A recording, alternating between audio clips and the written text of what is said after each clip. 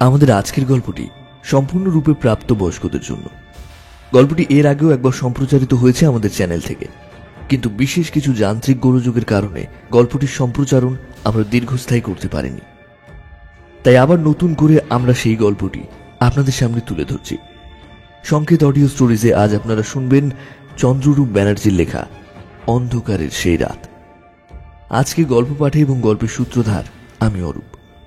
শুরু করছি আমাদের আজকের গল্প অন্ধকারের সেই রাত।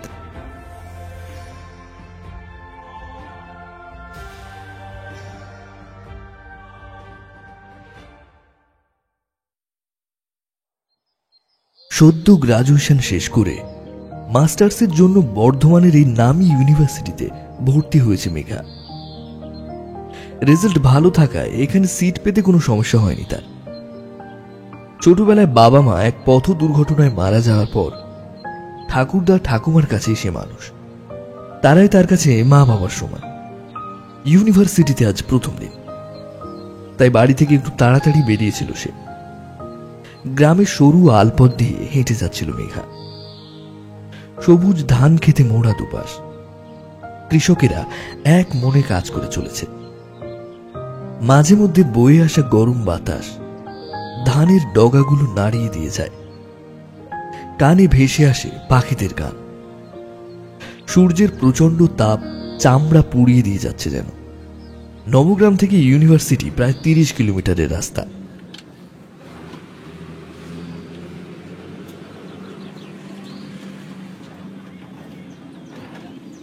বাসে করে নির্দিষ্ট সময়ের বেশ কিছুটা আগেই ইউনিভার্সিটি পৌঁছে গেল মেঘা।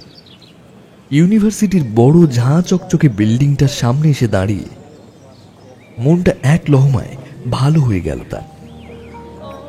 কিন্তু কোথাও গিয়ে একটা যন্ত্রণার কাঁটা বিঁধে আছে তার বুকে। যদি মা বাবা আজ বেঁচে থাকতেন তাহলে কতটা খুশি হতেন তারা। এইসব নানান কথা ভাবতে ভাবতে সে বিল্ডিং এর ভেতরে এসে ঢুকল। 4টের দিকে মেঘা ইউনিভার্সিটি থেকে বেরিয়ে এলো। আকাশে বেশ মেঘ জমেছে। মেঘা তাড়াতাড়ি হাঁটতে লাগলো। সময়ের মধ্যে না পৌঁছাতে পারলে বৃষ্টিতে ভিজে একসা হতে হবে তাকে। যদিও ভাগ্য সহায় থাকায় বেশিক্ষণ তাকে বাসের জন্য অপেক্ষা করতে হলো না। বাসে উঠে ক্লান্ত শরীরটা সিটে এলিয়ে দিল মেঘা। ক্লান্তিতে বোধহয় চোখটা একটু বুঝেই এসেছিল। এমন সময় মুখে একটা ঠান্ডা হাওয়ার ঝাপটায় চোখ খুলে গেল তার। বাইরে চোখ পড়তেই দেখতে পেল আকাশ কালো করে মেঘে সেজে উঠেছে। শোঁ শোঁ করে হাওয়া বইছে বাইরে। মাঝে মাঝে তার কয়েক ঝলক চোখে মুখেও এসে লাগছে। চিন্তায় পড়ে গেল মেঘা। এখনো বাড়ি ফিরতে বেশ কিছুটা সময় বাকি। এর মধ্যে বৃষ্টি নেমে গেলে খুব সমস্যায় পড়তে হবে তাকে। আকাশের দিকে একবার তাকিয়ে সিটে আবার গা এলিয়ে দিল সে।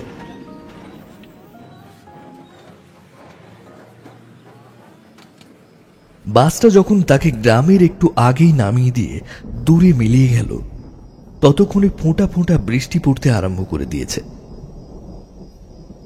এদিক থেকে হয় পায়ে হেঁটে নয়তো ভ্যানেই করেই একমাত্র তার বাড়ি যাওয়া সম্ভব। কিন্তু এই সময় কাছে পিঠে কোথাও ভ্যানের দেখা না পাওয়ায় মেঘা পিঠের ব্যাগটা মাথায় দিয়ে দ্রুত পা চালাতে লাগলো। কিন্তু বেশি দূর এগোনোর আগেই ঝমঝমিয়ে বৃষ্টি নামল। উপায়ন্তর না দেখে মেঘা আশ্রয়ের খোঁজে এদিক ওদিকে দেখতেই একটা পুরনো একতলা বাড়ি চোখে পড়ল তার। তড়িঘড়ি সেই বাড়ির কার্নিশের তলায় গিয়ে আশ্রয় নিল সে। বৃষ্টির হাত থেকে সাময়িক নিষ্কৃতি পেয়ে যখন সে গা হাত পার জল ঝাড়ছে, হঠাৎ বাড়ির ভেতর থেকে কাদের যেন হাসির আওয়াজ ভেসে এলো তার কানে। মেঘা চমকে উঠল। এই সময় এই পুরনো বাড়িতে কারা আসলো? কৌতূহলী হয়ে বাড়ির হালকা ভেজানো দরজা দিয়ে ভেতরের দিকে চোখ পড়তেই দেখল ঘরের ভাঙাচোরা মেঝেতে চাটাই পেতে 3টে ছেলে বসে তাস খেলছে, আড্ডা মারছে। 3জনকেই মেঘা চেনে। তারাই গ্রামেরই ছেলে, কিন্তু তাদের স্বভাব চরিত্র কোনো দিক দিয়েই খুব একটা সুবিধের নয়। পাশাপাশি তারা পার্টি পলিটিক্স করে বেড়ায়। গ্রামের মানুষ তাদেরকে এড়িয়েই চলে। মেঘা বুঝতে পারল তাড়াহুড়োর মাথায় সে ভুল জায়গায় এসে পড়েছে। কিন্তু মেঘা তাড়াতাড়ি করে ওখান থেকে বেরিয়ে যাওয়ার সময় একটা দুর্ঘটনা ঘটে গেল তার নিজের অজান্তেই। বাড়ির সামনেই খানিকটা জায়গা শ্যাওলা জমে বৃষ্টির জল পড়ে পিচ্ছিল হয়ে গেছিল। মেঘা সেখানেই পা পিছলে মাটিতে পড়ে গেল। বেশ জোরেই জলের মধ্যে একটা ঝপাত করে আওয়াজ হলো, আর সঙ্গে সঙ্গে বাড়ির ভেতর থেকে একটা গলা ভেসে এলো।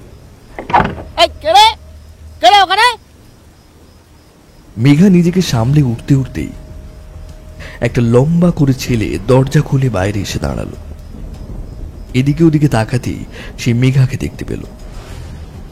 মেঘার দিকে এগিয়ে এসে বলল, তুমি তুমি এখানে কি করছিলে? ছেলেটার মুখের ভেতর থেকে একটা তীব্র ঝাঁঝালো গন্ধ ভক করে মেঘার নাকে এসে লাগলো। গা গুলিয়ে উঠল তার। নিজেকে কোনো মতে সামলে সে উত্তর দিল, কলেজ থেকে বাড়ি ফিরছিলাম, রাস্তায় বৃষ্টি নেমে যাওয়ায় এখানে এসে দাঁড়িয়েছিলাম। আমি চলে যাচ্ছি এক্ষুনি। মেঘা এগোতে যেতেই ছেলেটা খপাত করে তার হাতটা ধরে ফেলল। তারপর চিৎকার করে বলল, এখানে এসে লুকিয়ে লুকিয়ে আমাদের কথা শুনছিলি তুই? তোর এত সাহস? না না, তোমাদের কোথাও ভুল হচ্ছে। আমি বললাম তো, রাস্তায় খুব জোরে বৃষ্টি নেমে যাওয়ায় আমি তাড়াহুড়োর মধ্যে মাথা বাঁচাতে এখানে এসে উঠেছি। চুপ, মিথ্যা কথা বলছিস। তুই এখানে চুপচাপ দাঁড়িয়ে দাঁড়িয়ে আমাদের কথা শুনছিলি। বাকি দুটো ছেলেও ততক্ষণে উঠে এসেছে। তাদের মধ্যে একজন এসে তাকে বলল, রানী, কি হয়েছে? কি হয়েছে? আর বলিস না, এই হারামজাদি দাঁড়িয়ে দাঁড়িয়ে চুপচাপ আমাদের কথা শুনছে। হ্যাঁ, এখন ধরা পড়ে যাওয়ার নামে পালাবার তাল মারছে। বলে উঠল রনি নামের দলের পান্ডা। সেই ছেলেটা এবার মেঘার দিকে তাকালো। তার চাহনি দেখে শিউরে উঠল মেঘা। এই চাহনির কোথাও যেন মিশে রয়েছে ভয়ঙ্কর নিষ্ঠুরতা। ছেলেটা চিবিয়ে চিবিয়ে বলল, ও যা বলছে সত্যি? আমি সত্যি বলছি, বিশ্বাস করুন। আমি আপনাদের কোনো কথা শুনতে আসিনি এখানে। আমি শুধু বৃষ্টির জন্য আশ্রয় নিয়েছিলাম। আমি ছেড়ে দিন আপনারা। একদম নাকা কান্না কাঁদবি না একদম। আমি একদম পছন্দ করি না এসব। তোদের মতো মেয়েদের চেনা আছে। অন্য পার্টির হয়ে তোরা এদিক ওদিক ঘুরে বেড়াস খবর জোগাড়ের জন্য। এখানে সেই মতলব এসেছিলি। মেঘা এবার বেশ জোর গলায় বলল, আমি কতবার বলবো যে আমি তোমাদের কোনো কথা শুনিনি, শোনার ইচ্ছেও নেই। গলা নামিয়ে কথা বল। তোরা আমাদের মধ্যে দূরত্ব এক হাত না। চেয়েছিস কেন? তোমরা আমাকে অকারণে অপমান করে চলেছো তখন থেকে। আমি কিন্তু মেঘা কিছু বলার আগেই একটা চড় এসে পড়ল ওর গালে। মেঘা গালে হাত দিয়ে অবাক হয়ে চেয়ে রইল ছেলেটার দিকে। সে স্বপ্নেও ভাবতে পারেনি কেউ এভাবে তার গায়ে হাত তুলবে, বিশেষ করে একটা ছেলে। ঠাকুরদা ঠাকুমা জীবনেও তার গায়ে হাত তুলেনি কখনো। বাবার স্নেহ মমতা দিয়ে আগলে রেখেছে তাকে।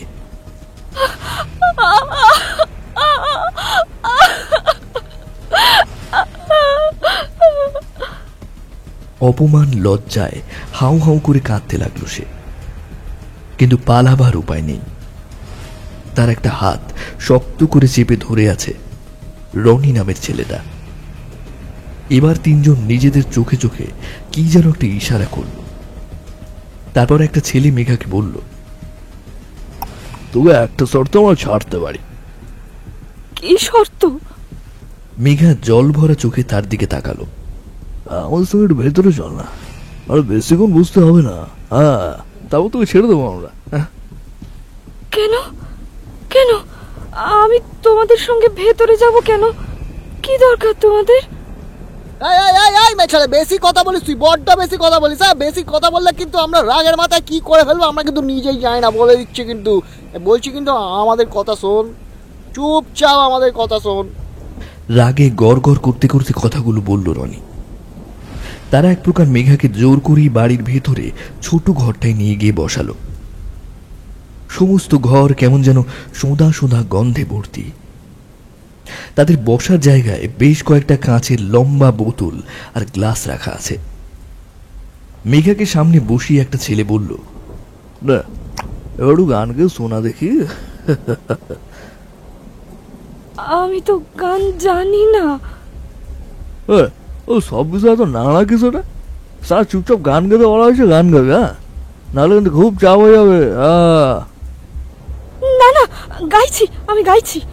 মেঘা কাঁপতে কাঁপতে ভাঙা ভাঙা গলায় একটা গান গাওয়ার চেষ্টা করলো।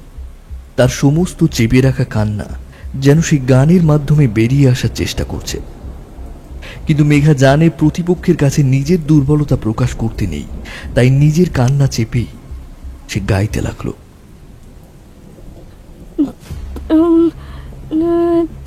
टिप टिप बरसा पानी, पानी में आग लगानी, आग।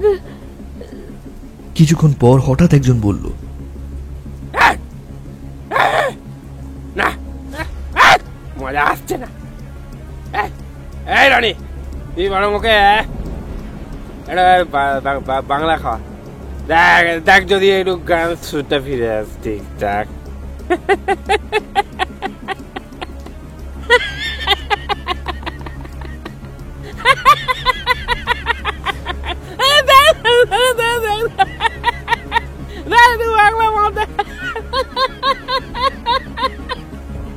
রনি একটা দেতু হাসি হেসে বলল,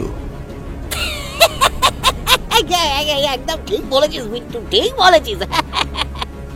সে একটা বোতল তুলে ধরল, তারপর মেঘার দিকে এগিয়ে এসে বলল, যে মামনি একটু হা কর দেখি, কর হা কর। কি এটা?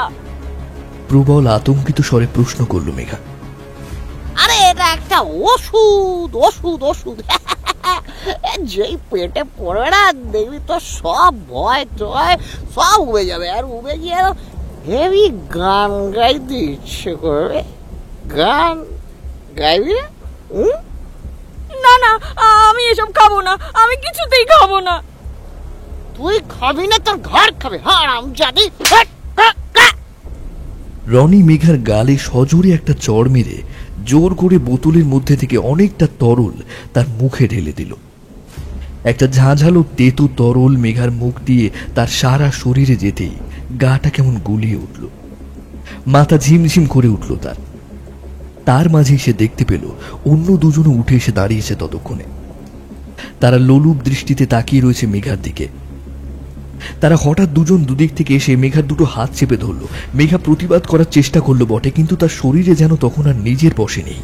মাথা ঘুরছে তার বনবন করে, তেষ্টায় গলা ফেটে যাচ্ছে। ঝাপসা চোখে সে দেখতে পেল রনি তার উপর হিংস্র বাঘের মতো ঝাঁপিয়ে পড়ল। এক নিকৃষ্ট হিংস্র বাঘের আঁচড়ে কামড়ে ক্ষতবিখ্যাত হতে লাগলো মেঘার কোমল পবিত্র শরীরটা। চোখের জল ফেলতে ফেলতে মেঘা আস্তে আস্তে তলিয়ে গেল বেদনার অতল তলে।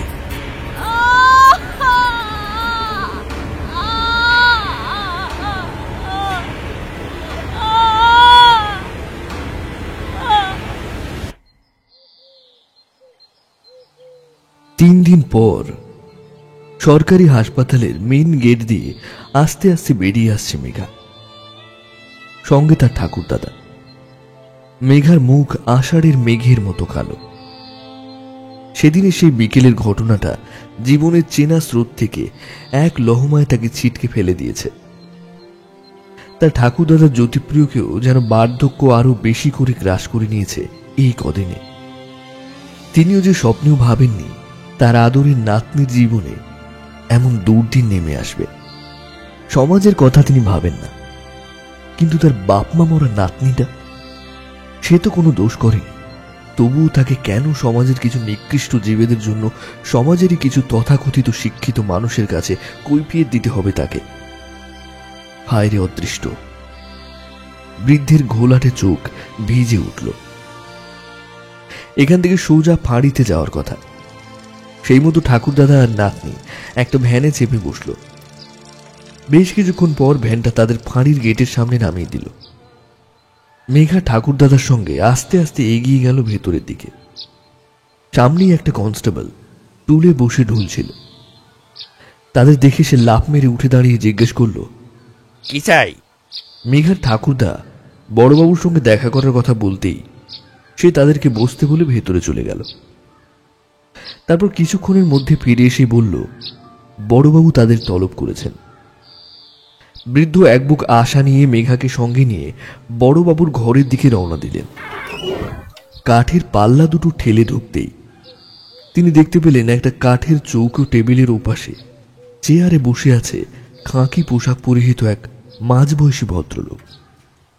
কদম ছাড় চুলে পাক ধরেছে তার। বেটেখাটো চেহারা, যদিও মোটা গোঁপটা মোটেও মানানসই নয়। মুখের মধ্যে কেমন যেন একটা কঠোরতা লুকিয়ে আছে তার। জ্যোতিপ্রিয়বাবু নমস্কার জানিয়ে এগিয়ে গেলেন তার দিকে। ভদ্রলোক একবার মুখ তুলে তাকিয়ে সামনে চেয়ারে ইঙ্গিত করে বসতে বললেন তাকে। বেশ কয়েকটা কাগজে সুই সাবুত শেষ করে তিনি জিজ্ঞেস করলেন, কি দরকার আপনাদের? জ্যোতিপ্রিয়বাবু করো জোরে বিনয়ের সুরে বললেন, স্যার স্যার বড় বিপদে পড়ে আপনার কাছে ছুটে আসা। আপনি একমাত্র আমাদের ন্যায় দিতে পারেন স্যার। বড়বাবু ব্যঙ্গের সুরে বললেন,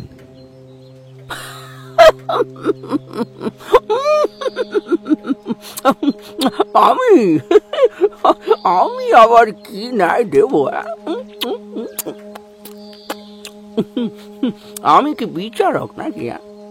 কি হয়েছে ধীরে কাজ শুনতো। জ্যোতিপ্রিয় সেদিন বিকেলে মেঘার সাথে ঘটা যাবতীয় ঘটনার যথাসাধ্য বিবরণ দিয়ে বললেন, স্যার যেভাবেই হোক অপরাধীদের শাস্তি দিতেই হবে। ওরা কেউ যেন বাঁচতে না পারে। আরে দাঁড়ান দাঁড়ান দাঁড়ান দাঁড়ান, হুট করে কোথা থেকে উড়ে এসে বলছেন আপনার নাতনির কেউ বা কারা ধর্ষণ করেছে? কি করেছে তো? আরে মশাই, এরকম ভাবে আপনি বললেই আমি বিশ্বাস করে নেব। করে নেব বিশ্বাস। স্যার আপনি কি বলছেন? আমি কেন মিথ্যে বলতে যাব অকারণে, বিশেষ করে এই বিষয়? আরে দেখুন মশাই, দেখুন পুলিশের চাকরি করতে করতে না এই চুলগুলো যে দেখছেন এগুলো সব পেকে গেছে, সব। এটা অনেক দেখেছি আমি জীবনে। হ্যাঁ, আরে বাবা দেখুন না, আরে গিয়ে আপনি দেখুন না, হয়তো আপনার নাতনিও ওদেরকে একটু একটু উস্কেছে, আর ওরাও সুযোগ পেয়ে তার সৎ ব্যবহার করে দিয়েছে। আর বাবা এই বয়সে এরকম অনেক কিছু তো হয়, কি আপনি একটু বেশি বারবারই করছেন, তাই না? স্যার আপনি কিন্তু অকারণে আমাকে এবং আমার নাতনিকে অপমান করছেন। যে গলাটা নামান, এটা আপনার পাড়ার ক্লাব নয়। বেরিয়ে চেঁচামেচি করলে না আমি কিন্তু আপনার বয়স মানব না। অদ্ভুত মানুষ তো আপনি। আমার কাছে মেঘার মেডিকেল সার্টিফিকেট আছে। দেখেন সেটা দেখি। জ্যোতিপ্রিয়বাবু সার্টিফিকেটটা বড়বাবুর দিকে এগিয়ে দিতেই তিনি সেটা হাতে নিয়ে হঠাৎ টেনে ছিঁড়ে ফেললেন। তারপর কাগজের ছেঁড়া টুকরোগুলো পাশে রাখা ডাস্টবিনে ফেলে দিয়ে বললেন, ফালতু ফালতু জাল সার্টিফিকেট বানিয়ে কেন ভালো ছেলেগুলোকে ভাজাচ্ছে? ওদের আমি চিনি, মানুষের পাশে থাকে, পাটি চাটি করে। আপনার কোন পাকা ধানে মই দিয়েছে ওরা? বৃদ্ধ উত্তেজিত গলায় বললেন, আপনি আপনি ওটা ছিঁড়ে ফেললেন? আপনি কি করলেন? কেন আমার নাতনির জীবনটা ধ্বংস করার জন্য আপনারা উঠে পড়ে লেগেছেন? কেন? এই নিন নিন নিন, এই কে আছো? এই আপনি শুনুন, আপনি আর কেটে বলুন তো, অনেকক্ষণ ফালতু আপনি গেয়ে যান। এই কে আছে? রে আপনি কিন্তু অন্যায় করছেন স্যার।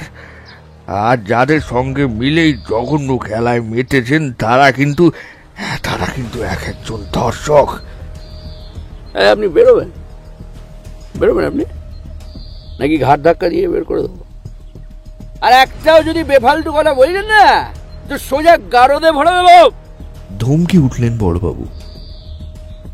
জ্যোতিপ্রিয় আরো কিছু বলতে যাচ্ছিলেন, কিন্তু মেঘা তার একটা হাত চেপে ধরল। তার চোখে জল। নাতনির চোখের ভাষা পড়তে দেরি হলো না তার। শুধু বড়বাবুর দিকে তাকিয়ে একবার বললেন, যত দূর যেতে হয় আমি যাব। আমার নাতনির সঠিক বিচারের জন্য আমি যত দূর যেতে হয় যাব। ওই শয়তানগুলোকে আমি বাঁচতে দেব না। আপনাদের যা করার করিনি। চল মা। গজগজ করতে করতে জ্যোতিপ্রিয় ফাঁড়ি থেকে বেরিয়ে আসছিলেন। এমন সময় সেই তিনজন তাদের পথ আটকে দাঁড়াল। রনি নামের ছেলেটা মেঘার দিকে একবার গনগনে দৃষ্টি দিয়ে তার ঠাকুরদাকে লক্ষ্য করে বলল, দাদু এসে, দাদু, ও দাদু, দাদু, দাদু, তোমার এত বয়স হয়েছে, এই বয়সে এত দূর ঠেঙিয়ে এসে আমার নামে কমপ্লেন করছে, আমাদের নামে কমপ্লেন না? তোমার মনে হয়? জ্যোতিপ্রিয়বাবু গম্ভীর গলায় বললেন, তুমি তাহলে আমার নাতিটা চরম ক্ষতি করেছ। রনি জিভ কেটে উত্তর দিল, না না দাদু, না না, কি বলছেন দাদু? আমি কোথায় আপনার নাতনির ক্ষতি করলাম? বৃদ্ধ রনির দিকে আঙুল তুলে বললেন, কি ভেবেছ তোমরা? এভাবে আমার নাতনিটার জীবন শেষ করে তোমরা ফাঁস পেয়ে যাবে? তোমাদের শাস্তির জন্য যেখানে যেতে হয় আমি যাব। কথাটা মনে রেখো। এই মোটা দাদু, আঙুলটা নামান মোটা দাদু।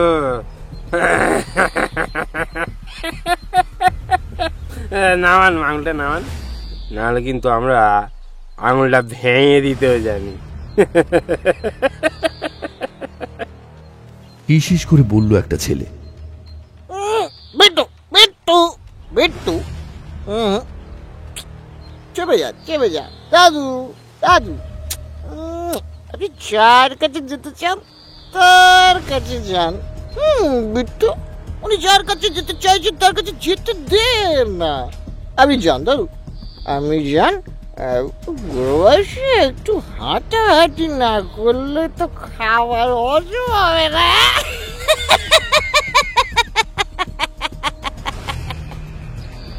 বৃদ্ধ অবাক হয়ে গেলেন ছেলেগুলোর স্পর্ধা দেখে। তিনি মেঘার হাত ধরে হনহন করে হেঁটে বেরিয়ে গেলেন।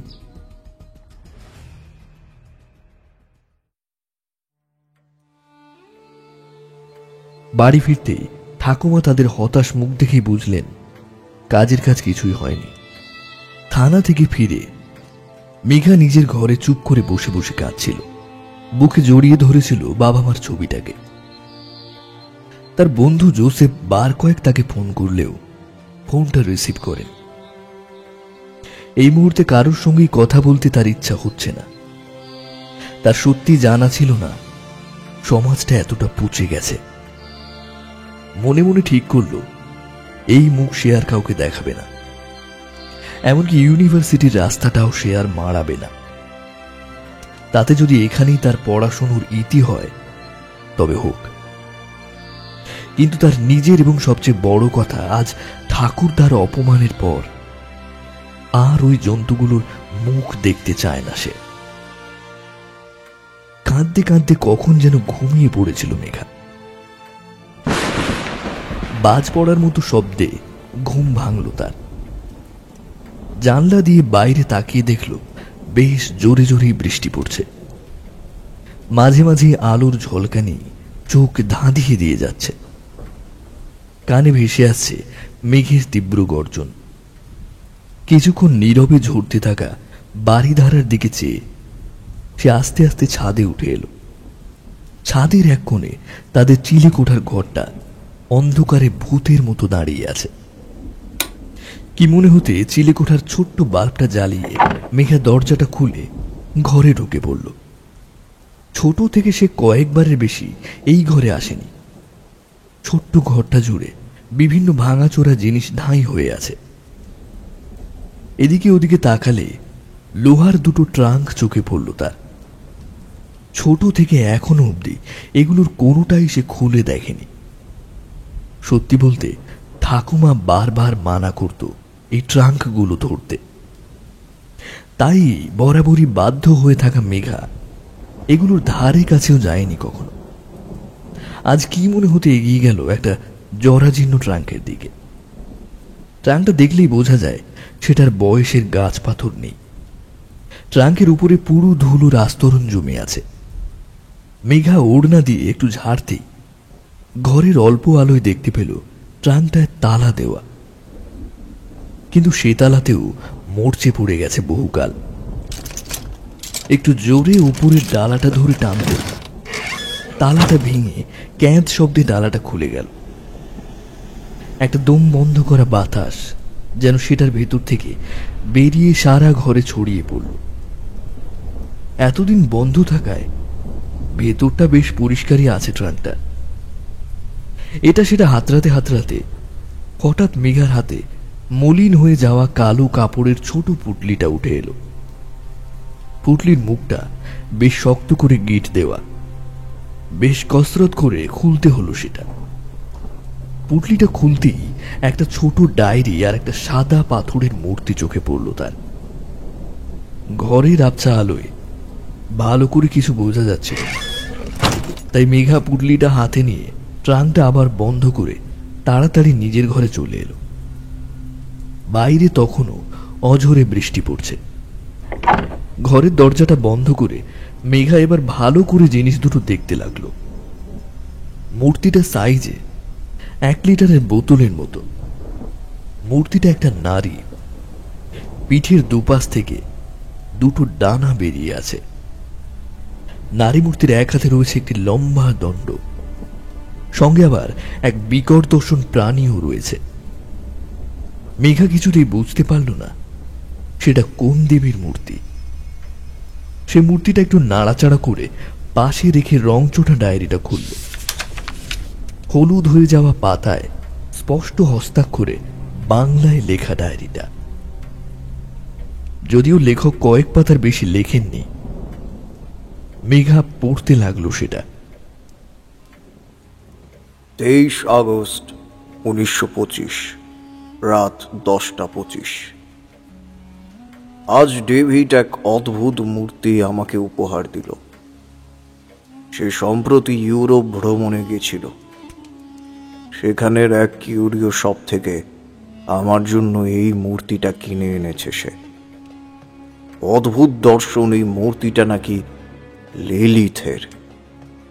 লিলিথের নাম আমি আগেও শুনেছি। তাকে পাশ্চাত্যে অন্ধকার বা শয়তানের দেবী হিসেবে ডাকা হয়। বাইবেলের জেনেসিস চ্যাপ্টারে আমি লিলিথের কথা পড়েছি। ঈশ্বর যে মাটি দিয়ে অ্যাডামকে তৈরি করেছিলেন, ঠিক সেই মাটি দিয়ে তিনি লিলিথকেও তৈরি করেন অ্যাডামের সঙ্গিনী হিসেবে। প্রথমের দিকে তাদের মধ্যে সুসম্পর্ক বজায় থাকলেও পরবর্তীতে লিলিথ অ্যাডামের আনুগত্য স্বীকার করতে চায়নি। এর ফলে তাকে ইডেন গার্ডেন থেকে বিতাড়িত হতে হয়। যদিও কোথাও কোথাও বলা হয় তিনি নিজেই স্বর্গোদ্যান ছেড়ে চলে গিয়েছিলেন মর্তে। এরপর ঈশ্বর অ্যাডামের পাঁজর থেকে ইভকে তৈরি করেন। বাকি গল্প তো সবারই জানা। সত্যি বলতে লিলিথ প্রথম মহিলা যে পুরুষতন্ত্রের বিরুদ্ধে রুখে দাঁড়িয়েছিল। মূর্তিটা বেশ ভয়ঙ্কর দেখতে। তবে ডেভিডের মুখে একটা অদ্ভুত কথা শুনলাম। লিলিথকে নাকি সঠিকভাবে ডাকতে পারলে সে নিজে এসে উপস্থিত হয় এবং আহ্বায়কের মনস্কামনা পূর্ণ করে। যদিও ডেভিডের এইসব কথা আমি খুব একটা বিশ্বাস করিনি। 25 আগস্ট 1925 রাত 10:41।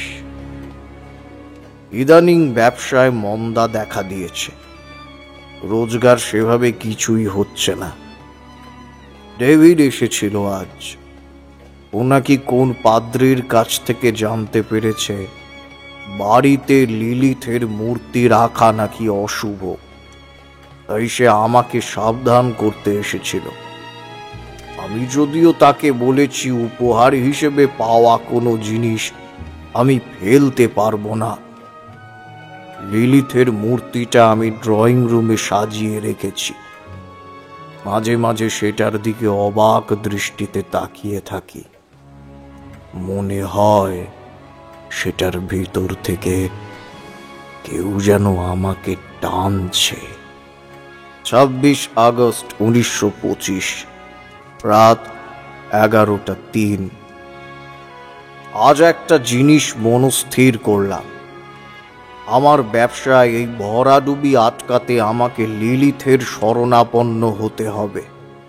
আজ পর্যন্ত কোনোদিন কোনো কুসংস্কারকে জায়গা দিইনি মনে, কিন্তু যবে থেকে লিলিথকে দেখেছি তবে থেকে মনে হয়েছে হয়তো তার কাছে প্রার্থনা করলে আমার এই অর্থ কষ্টের কিছু সুরাহা হলেও হতে পারে।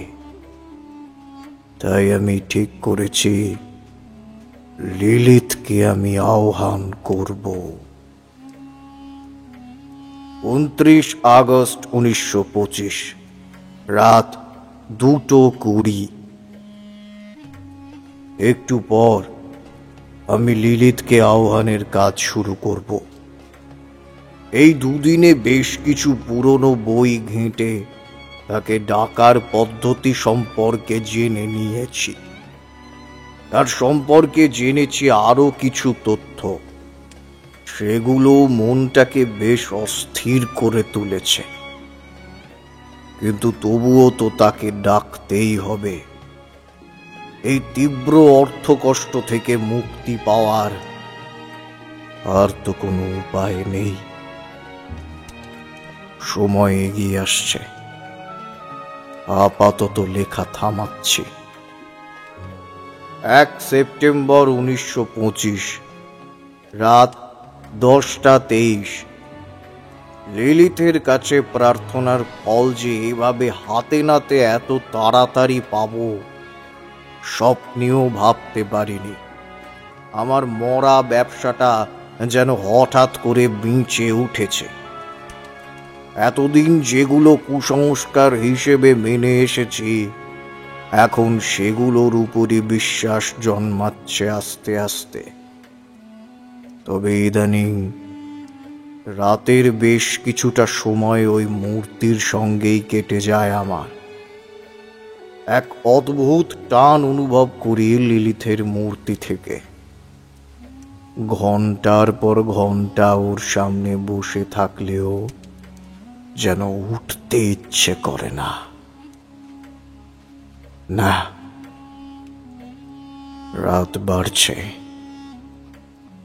আমাকে ডাকছে ও, আমাকে ডাকছে। যেতে হবে, হ্যাঁ যেতে হবে। এরপর আর কিছু লেখেননি লেখক, শুধু পেছনের একটা পাতায় ছোট ছোট করে লিলিথকে ডাকার পদ্ধতি সম্পর্কে লিখে রেখেছেন তিনি। আর এঁকে রেখেছেন অদ্ভুত চিহ্ন। কার এই ডায়েরি? তাদের বাড়িতেই বা কোথা থেকে এলো? এই ডায়েরি কি তার বাবার? এসব ভাবতে ভাবতে মেঘা ডায়েরিটা উল্টে পাল্টে দেখছিল। এমন সময় দরজায় দুমদুম করে ধাক্কা পড়ল। মেঘা চমকে উঠে তাড়াতাড়ি ডায়েরি আর মূর্তিটা বালিশের তলায় ঢুকিয়ে দিয়ে দরজা খুলল। বাইরে ঠাকুমা দাঁড়িয়ে আছে তার।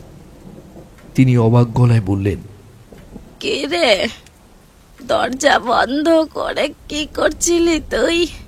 সন্ধে তো অনেকক্ষণ হয়ে গেছে। মেঘা ঠাকুমাকে জড়িয়ে ধরল। এই একটু বই পড়ছিলাম গো ঠাম্মা, বেশ বৃষ্টি পড়ছে বাইরে। এই আবহাওয়ায় বই পড়ার মজাই আলাদা, তাই দরজাটা খুলতে ভুলে গেছি। বৃদ্ধা কিছু বললেন না, নাতনির মাথায় শুধু হাত বুলিয়ে দিলেন। মনে মনে এটা ভেবে খুশি হলেন যে মেয়েটা বোধহয় মানসিক আঘাতটা আস্তে আস্তে কাটিয়ে উঠছে। যদিও মেঘার মনে তখন অনেক কথার ভিড় জমে আছে। সে ঠিক করে নিয়েছে কি করবে সে। অজান্তেই তার ঠোঁটের কোণে একটা হাসি ঝিলিক দিয়ে উঠল। ঠাকুমা চলে গেলে মেঘা ফোন তুলে জোসেফকে কল করল। একটু পরেই ওপার থেকে জোসেফের চিন্তিত কণ্ঠস্বর ভেসে এলো। কি রে, তোকে কতবার কল করলাম, তখন একবারও ধরলি না? আমি তো টেনশনে শেষ হয়ে যাচ্ছি নাকি। হ্যাঁ, তুই ঠিক আছিস তো? ওই একটু ঘুমিয়ে পড়েছিলাম রে। শোন না, কাল একবার সকালের দিকে আমার বাড়িতে আসতে পারবি? একটা জিনিস তোকে দেখানোর আছে। কি জিনিস? আরে কাল আই না, তারপরই না হয় দেখবি।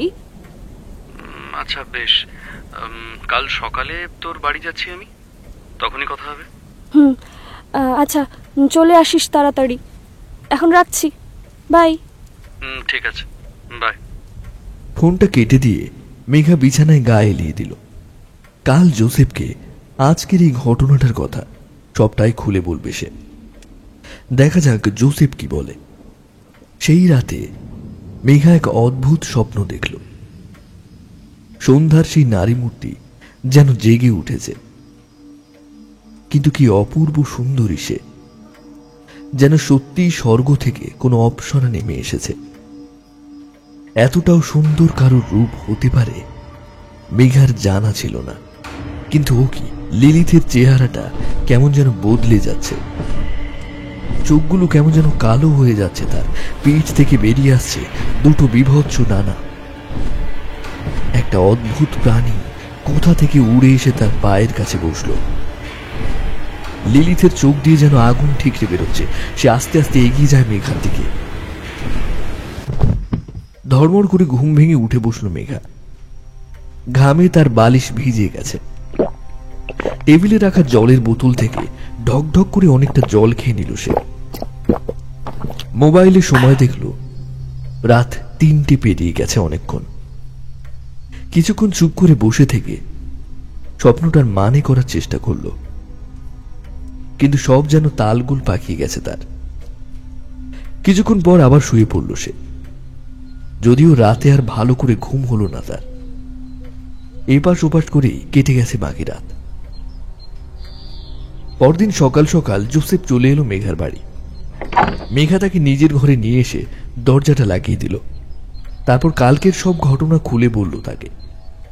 মূর্তিটাও দেখালো, ডায়েরিতে কি লেখা আছে সেটাও বলল তাকে। কথা শুনতে শুনতে জোসেফের মুখটা গম্ভীর হয়ে উঠল। মেঘার কথা শেষ হলে সে বলল, দেখ, আমি তোর মুখে যতটুকু শুনলাম তাতে আমার কিন্তু বিষয়টা ভালো ঠেকছে না। মানে ঠিক বুঝলাম না। প্রশ্ন করল মেঘা। দেখ, যিনি এই ডায়েরি লিখেছেন তিনি লিলিথের সম্পর্কে পুরোটা লেখেননি ওখানে।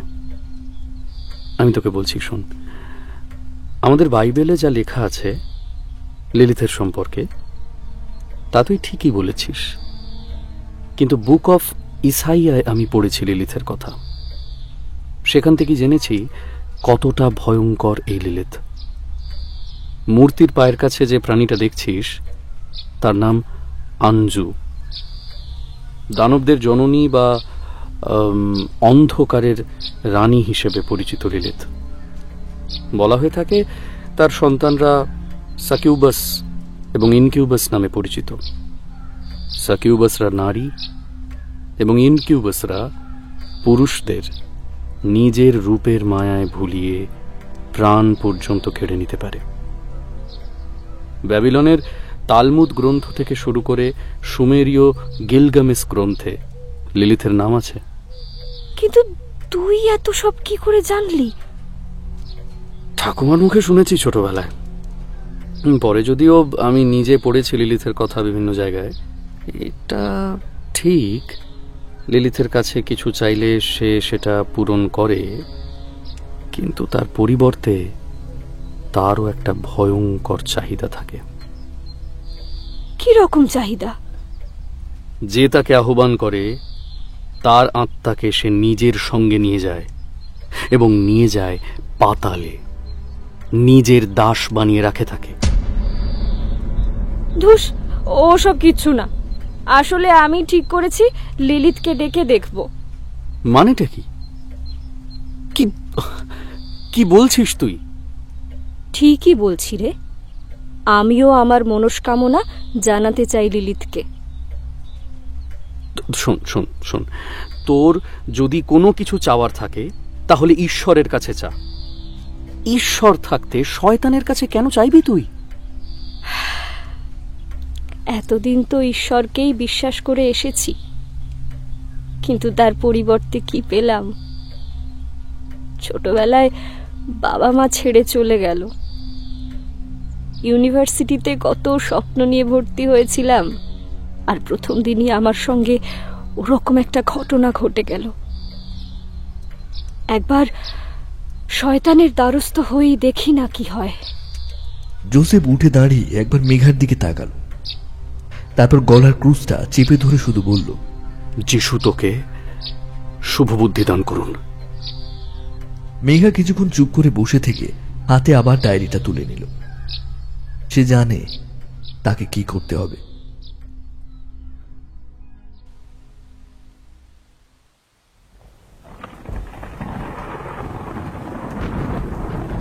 অনেকক্ষণ হলো ঝড় বৃষ্টির দাপট শুরু হয়েছে। মুহুর্মুহু বজ্রপাতে কানে তালা লাগার জোগাড়। অনেকক্ষণ হলো মেঘা দরজা জানলা বন্ধ করে ঘরের মাঝখানে এসে বসেছে। ঘরে এই মুহূর্তে একটা মাত্র লাল বাল্ব টিমটিম করে জ্বলছে। মেঘার সামনে লিলিথের মূর্তিটা রাখা। এই আলো আঁধারি পরিবেশে মূর্তিটা যেন আরো ভয়ঙ্কর হয়ে উঠেছে। রাত প্রায় ৩টের দিকে মেঘা ডায়েরিতে আকাশের চিহ্নটা লিলিথের ঠিক সামনে মেঝে থেকে ফেলল। তারপর একটা মোমবাতির চিহ্নটার মধ্যে আর দুটো মোমবাতি লিলিথের মূর্তিটার দুপাশে জ্বালিয়ে দিল। ঘড়ির কাঁটা ৩টে ছুঁই ছুঁই। মেঘা ডায়েরিটা হাতে তুলে নিল। ডায়েরিতে লেখা রয়েছে, রাত ৩টে থেকে ৪টে পর্যন্ত ডেভিলস আওয়ার। এই সময়ের মধ্যেই পৃথিবী আর নরকের মাঝখানের দরজা খুলে যায়। শক্তিশালী হয়ে ওঠে অশুভ শক্তি। এই সময় লিলিথকে ডাকতে হবে, তবেই সে মনস্কামনা পূরণ করবে। মেঘা আস্তে আস্তে ডায়েরিতে লেখা লিলিথকে আহ্বানের মন্ত্রটা পড়তে লাগলো। এভাবে বেশ কিছুক্ষণ কেটে গেল। হঠাৎ যেন ঘরের বদ্ধ পরিবেশে কিছু একটা পরিবর্তন ঘটতে শুরু করলো। মোমবাতির শিখাগুলো অস্বাভাবিক রকমের দপদপ করতে শুরু করলো, অথচ দরজা জানলা সব বন্ধ। ঘরে এক ফোঁটাও হাওয়া ঢোকার জো নেই।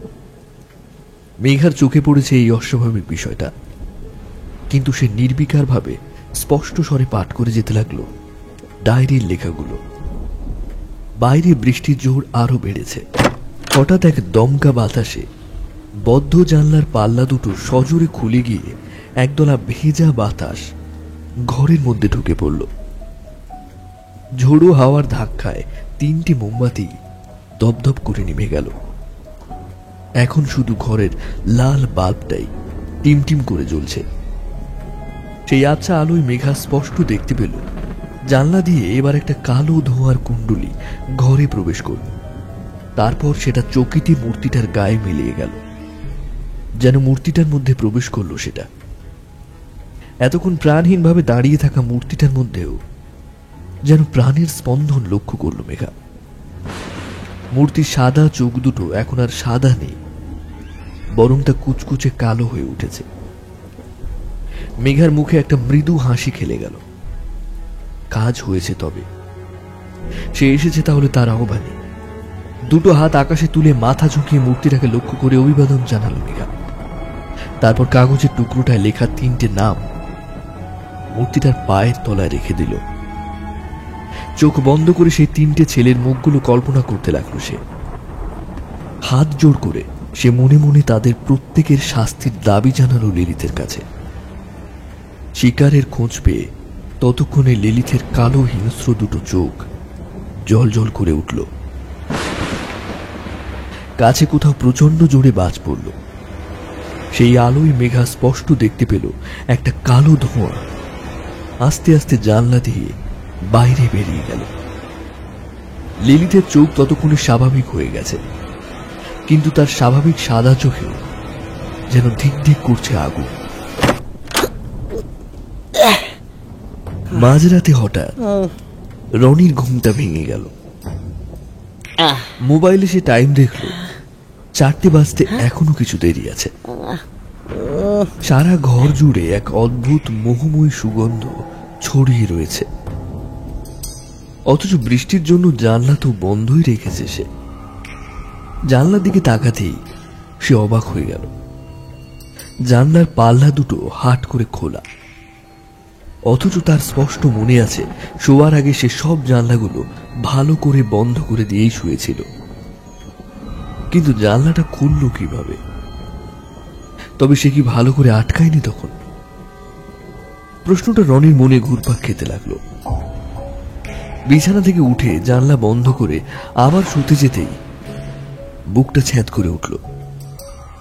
বিছানার ঠিক একটু আগে যেখানে সে শুয়েছিল সেই জায়গাটা এখন খালি নেই, বরং তার জায়গায় এক নারী শুয়ে আছে।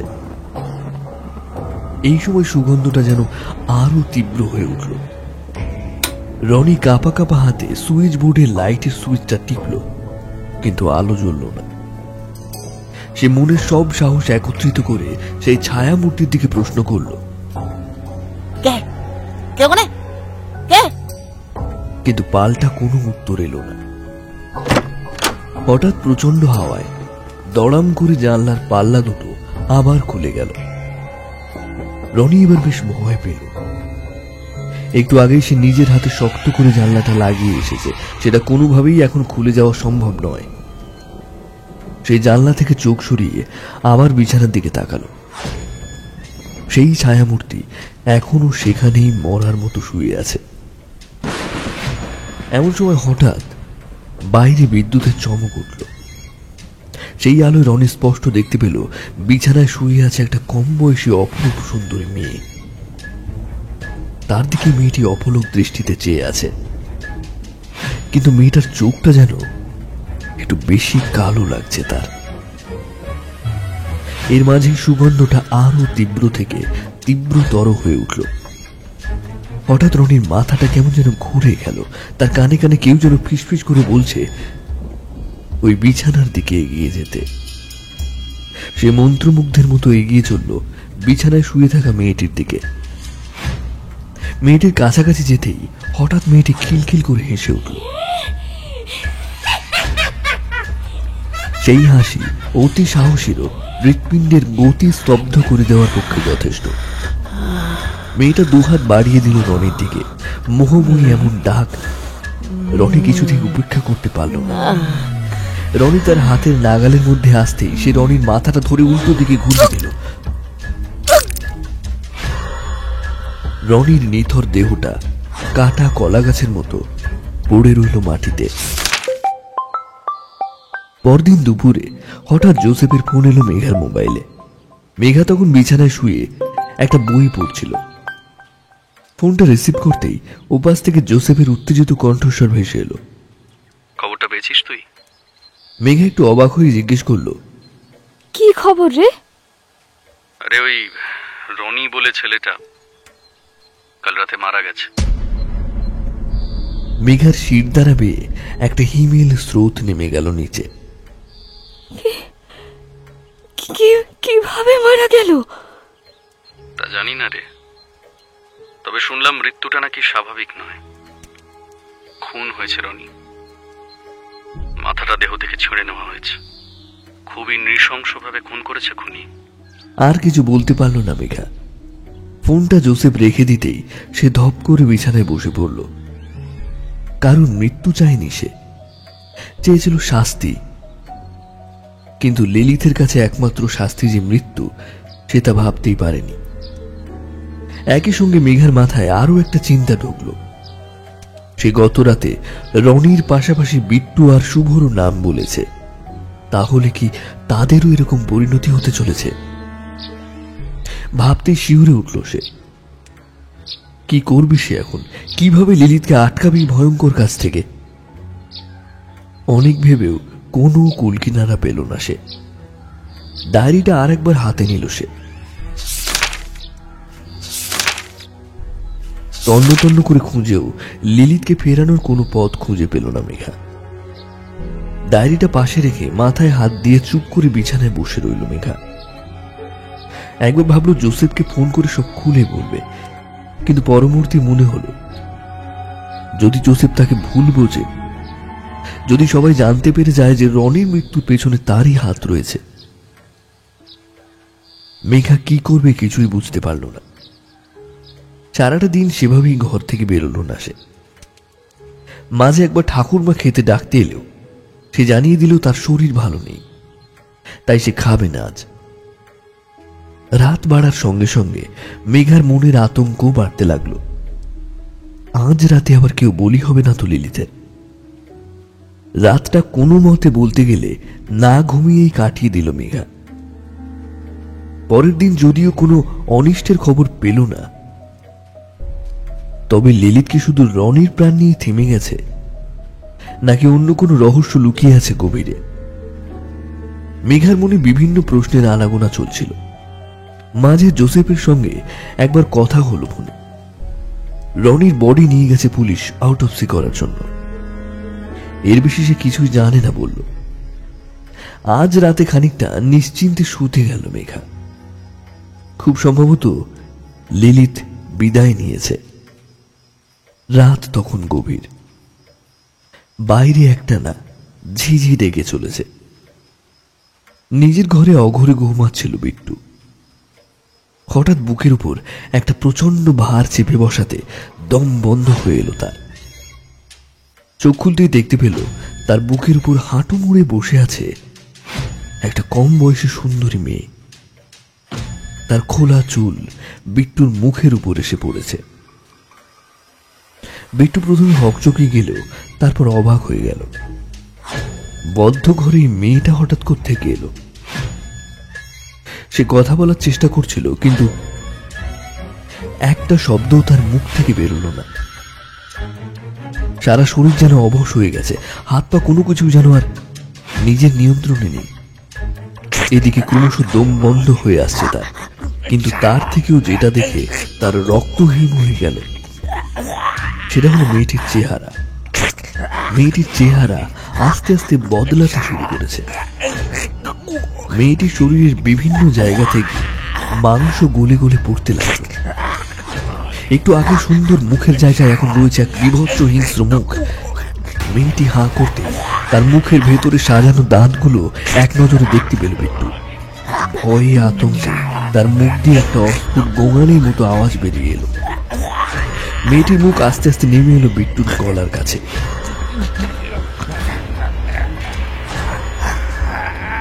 তারপর এক কামড়ে সে তার গলার নলিটা টেনে ছিঁড়ে নিল। বিট্টু সারা শরীরটা থরথর করে কাঁপতে লাগলো। তারপর একসময় নিস্তেজ হয়ে পড়ে রইল বিছানায়। সকাল সকাল হোয়াটসঅ্যাপে খবরটা পেতেই মেঘার সারা শরীর ভয় হিম হয়ে গেল। গত রাতে শুভ খুন হয়েছে। সে কিছুক্ষণ সময় নিল ধাতস্থ হতে। তারপর ফোন করলো জোসেফকে। জোসেফ ফোন ধরতেই হাউমাউ করে কাঁদতে শুরু করে দিল মেঘা। আমি আমি এমনটা চাইনি। আমি কখনো এমনটা চাইনি। জোসেফ কোনো মতে তাকে শান্ত করতেই মেঘা আর চেপে রাখতে পারল না। ভিতরে জমে থাকা কথাগুলো সে গড় গড় করে বলে গেল জোসেফকে। জোসেফ পুরোটা শোনার পর কিছুক্ষণ চুপ করে থাকলো। তারপর বলল, দুপুরের মধ্যে সে মেঘার বাড়ি আসছে। দুপুরের একটু আগেই জোসেফ মেঘার বাড়িতে এসে উপস্থিত হলো। দুজনে কিছুক্ষণ চুপচাপ হয়ে বসে রইল। তারপর জোসেফ বলল, তোকে আমি বারণ করেছিলাম, আমি তোকে বারণ করেছিলাম কি না যে এই অশুভ শক্তির মায়াজালে না জড়াতে? শেষ পর্যন্ত এর ফল কিন্তু ভালো হলো না। মেঘা ভারী গলায় বলল, আমি তো শুধু ওদের শাস্তি চেয়েছিলাম জোসেফ, ওদের মৃত্যু তো আমি চাইনি। তবে কেন এমন হলো? আমি যে বিবেকের দংশনে শেষ হয়ে যাচ্ছি। ওই দানবীর কাছে শাস্তির একটাই সংজ্ঞা, সেটা হলো মৃত্যু। তাহলে কি হবে এবার জোসেফ? যা হওয়ার তা তো হয়েই গেছে, কিন্তু আমি যদি ভুল না হই, লিলিথের শেষ শিকার তুই। মেঘা উত্তেজিত গলায় বলে উঠল, এসব কি বলছিস তুই? লিলিত আমাকে কেন মারতে যাবে? আমি তো ওই তিনজনের শাস্তি চেয়েছিলাম। তুই বোধহয় ভুলে গেছিস, তোকে আমি বলেছিলাম যে লিলিথ সব মনস্কামনা পূর্ণ করে ঠিকই, কিন্তু সে যে তাকে আহ্বান জানায় সব শেষে তার আত্মাকে বন্দি করে নেয়, নিয়ে যায় নিজের পাতালের গহীন অন্ধকারে। তাহলে তাহলে এবার আমিও মরবো? এই পৃথিবী ছেড়ে আমাকেও চলে যেতে হবে ওই তিনজনের মতো? ফুঁপিয়ে ফুঁপিয়ে কাঁদতে লাগলো মেঘা। জোসেফ তার দুটো হাত ধরে বলল, আচ্ছা আচ্ছা, শান্ত হ, শান্ত হ, চিন্তা করিস না মেঘা, চিন্তা করিস না। আমি আছি তো তোর সঙ্গে, নাকি? তোর বন্ধু তো আমি, বন্ধু তো, তোর বন্ধু হয়ে আমি তোকে কথা দিচ্ছি, আমি যতক্ষণ তোর সঙ্গে আছি লিলিথকে তোর ধারে কাছে ঘেঁষতেও দেব না। কিন্তু কিন্তু তুই কি করবি? ও যে ভয়ঙ্কর শক্তিশালী, ওর হাত থেকে বাঁচা যে অসম্ভব। ঈশ্বরের থেকে শক্তিশালী কেউ না। শুভ শক্তির কাছে বরাবর অশুভ শক্তি হার মেনেছে। আমার বিশ্বাস এবারেও তাই হবে। তুই ভরসা রাখ আমার উপর। আছে আছে ভরসা, সেই জন্যই তো সব খুলে বললাম তোকে। ব্যাস, তুই নিশ্চিন্তে থাক। আমি রাতের দিকে আবার আসছি, ততক্ষণ তুই ঘরের বাইরে বেরোস না কোথাও, একলা একলা, বুঝলি? আর আমি যত তাড়াতাড়ি সম্ভব চলে আসবো। মেঘা কিছু বলল না, শুধু অশ্রুসিক্ত নয়নে তাকিয়ে রইল জোসেফের দিকে।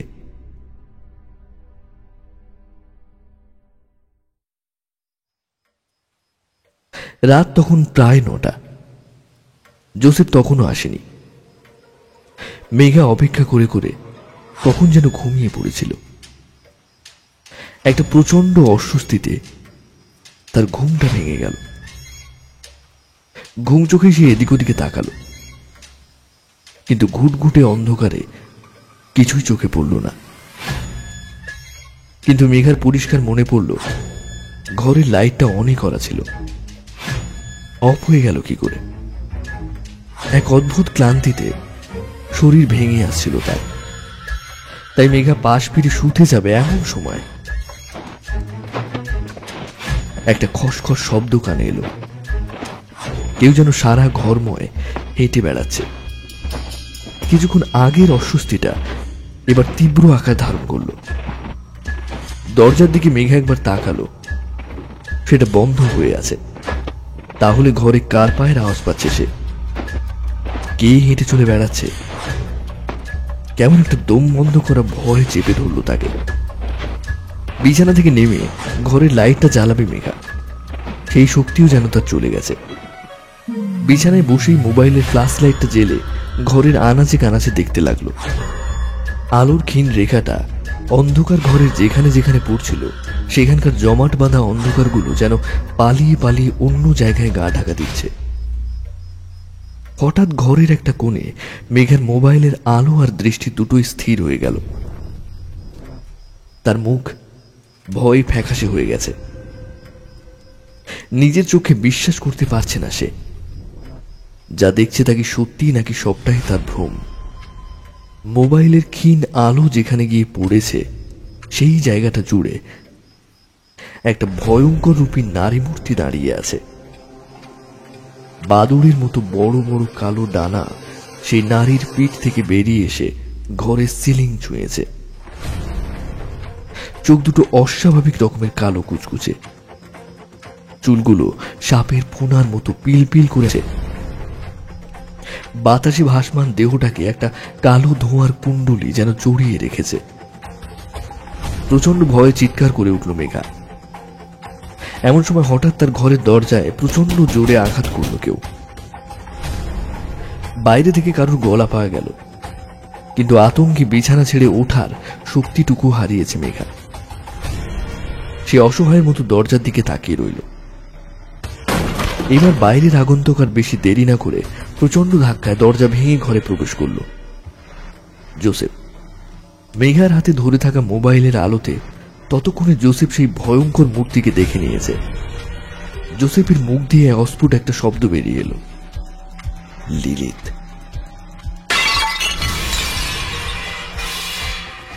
হঠাৎ ঘরের মধ্যে যেন প্রচন্ড ঝড় শুরু হলো। জিনিসপত্র এদিক ওদিকে ছিটকে যেতে লাগলো।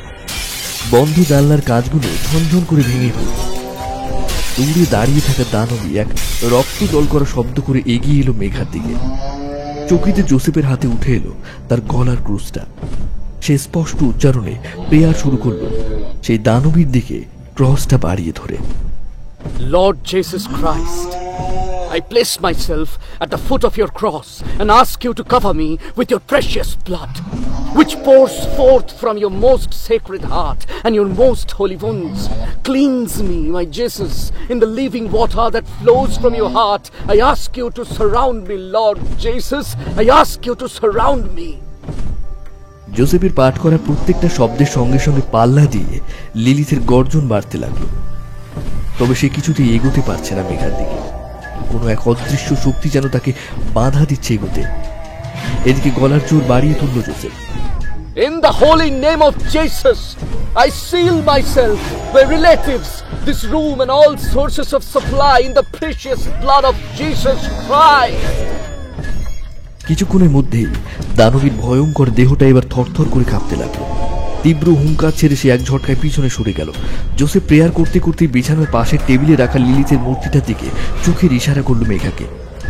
মেঘা সঙ্গে সঙ্গে লিলিথের মূর্তিটা জোসেফের দিকে এগিয়ে দিল। জোসেফ সেটা হাতে নিয়ে সেটার উপর ক্রস চেপে ধরল। In the name of Jesus, I rebuke you, spirit of hell. I command you to go directly to Jesus. I command you to go directly to Jesus. ঘরটা একবার যেন দুলে উঠল। লিলিথের বিশালাকৃতি দেহটা আস্তে আস্তে একটা কালো ধোঁয়ায় পরিণত হয়ে জানলা দিয়ে বেরিয়ে গেল বাইরে। হাঁপাতে হাঁপাতে মাটিতে বসে পড়ল জোসেফ। মেঘা ছুটে এলো তার দিকে। অসীম কৃতজ্ঞতায় তার চোখ ছলছল করছে। সে কিছু বলার আগেই জোসেফ বলল,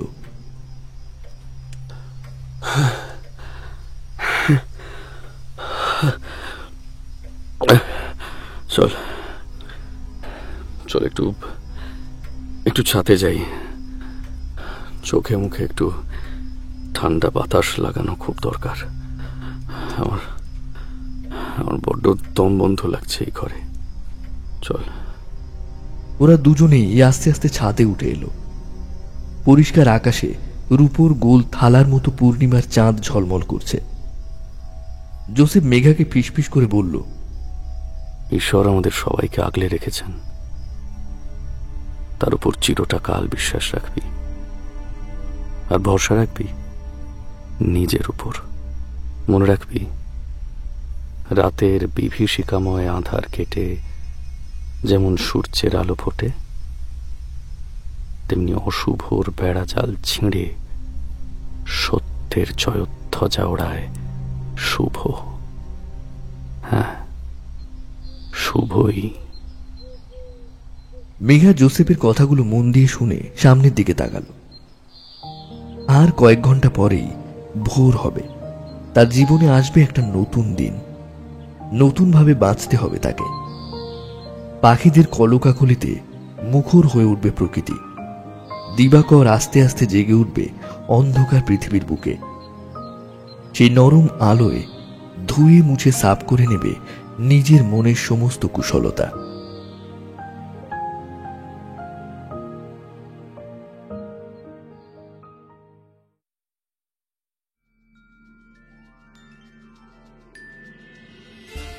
এতক্ষণ শুনছিলেন চন্দ্ররূপ ব্যানার্জির লেখা অন্ধকারের সেই রাত। গল্পটি কেমন লাগলো অবশ্যই জানাতে ভুলবেন না। এরপর আগামী সপ্তাহে আমরা অন্য একটি গল্প এনে হাজির হব। ততক্ষণ পর্যন্ত সকলকে জানাই অসংখ্য অসংখ্য ধন্যবাদ।